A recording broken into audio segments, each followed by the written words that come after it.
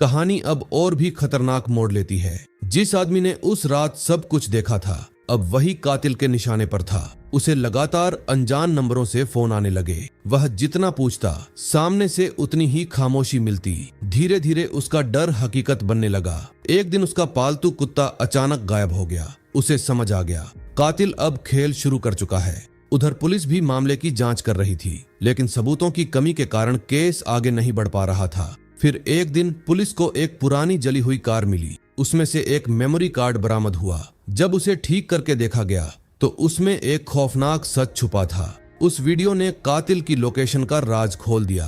Police तुरंत वहां पहुंची, लेकिन कातिल पहले से तैयार था। वह उनके सामने से ही भाग निकला।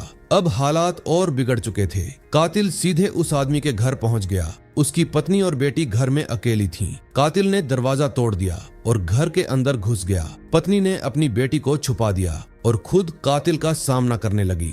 उसने हर चीज से लड़ने की कोशिश की, लेकिन कातिल बहुत खतरनाक था। इसी बीच बेटी छुपते छुपते बाहर निकल गई और भागकर मदद लाने की कोशिश की। तभी कातिल का ध्यान उसकी तरफ चला गया। हालात बेहद डरावने हो चुके थे, लेकिन उसी समय कुछ लोग वहां आ गए, जिसकी वजह से कातिल को वहां से भागना पड़ा।